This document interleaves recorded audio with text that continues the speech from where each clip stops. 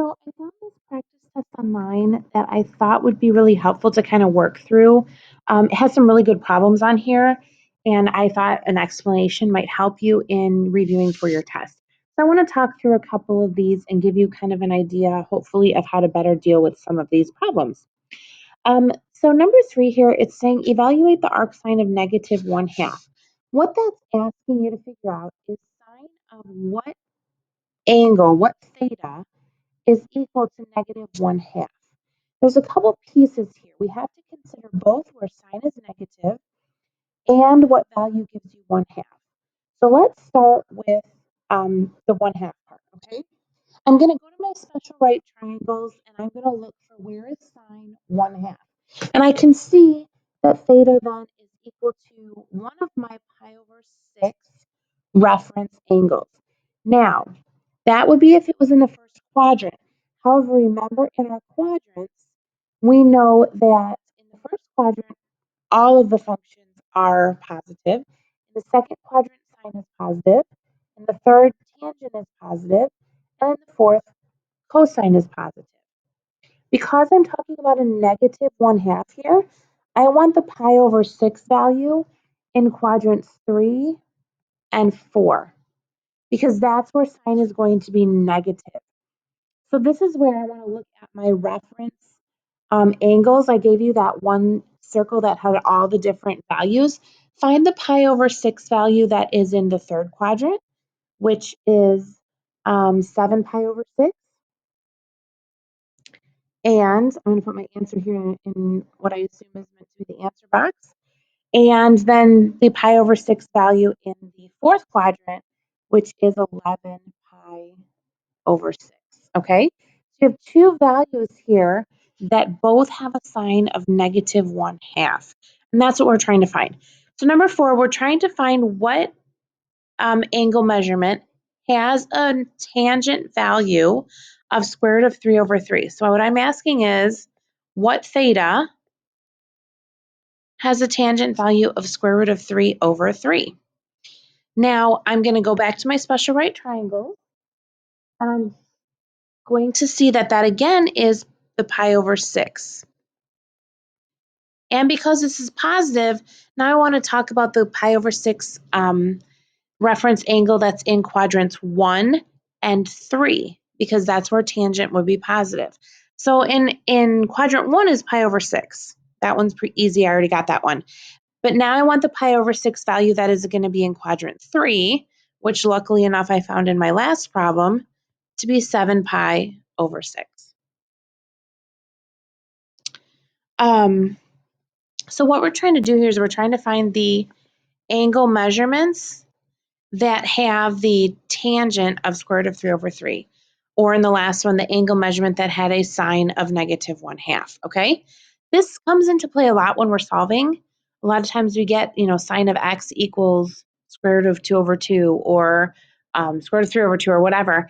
We're finding the angle that has that sign value is what we're trying to do, okay? So I kind of wanted to go over that a little bit just so that you know. Excuse me. Now I'm going to come down here and I want to look at number 6 because it's got an arc sine and a cosine here. So what this is saying is, what is the sine of the value of cosine of 5 pi over 3, if that makes sense. So what I'm trying to do first of all is find what is the cosine of 5 pi over 3. I can see that cosine of a pi over 3 angle is 1/2. So let's see, I'm going to do arc sine of, now 1/2, is it positive or negative?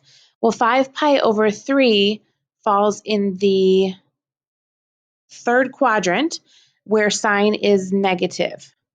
So I'm going to make that negative. Now I want to find the arc sine of that. So what angle measurement has a sine of negative 1/2? Well, I'm actually back to number 3 here. I've already found this one, okay? So the values here would be 11 pi over 6 and 7 pi over 6. We kind of keep repeating the same few things because there's not a lot of options to work with when we're talking about the special right triangles. So you're going to keep seeing the same angle values kind of over and over and over again, and that's okay. That's just kind of how this works because we have so few values that we're working with, okay? I wanted to do one more. I wanted to do this one, cotangent of, arc cotangent of tangent of 0. So first we want to figure out what is the tangent of 0. Now remember, this is one of those quadrantal angles. So you want to make sure that you're looking at the right one. 0 and 2 pi are the same. So I think I gave you the values for 2 pi, but that's the same as 0. And I want to find the tangent of that, which is 0 over 1 or 0. So now I've got the inverse cotangent of 0. Now I'm going to go back and I'm going to look for cotangent. I'm going to see where are my cotangent values equal to 0. Well, I have two of them. I have 3 pi over 2 and I have pi over 2 because both of those have a cotangent value of 0.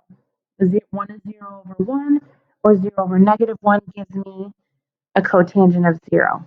Okay, so we're kind of working backwards. We're used to taking the angle and finding, oh, cosine of this is 1/2. Now we're trying to find what angle has a cosine of 1/2 and is kind of backwards, okay? So I hope that kind of makes sense for you. I'm going to make another video about some other things, but this I wanted to focus specifically on the idea of working with inverses or working backwards when we know the cosine value to find the angle that has that cosine or sine or tan or whatever. So I hope that makes sense and helps you review a little bit, okay?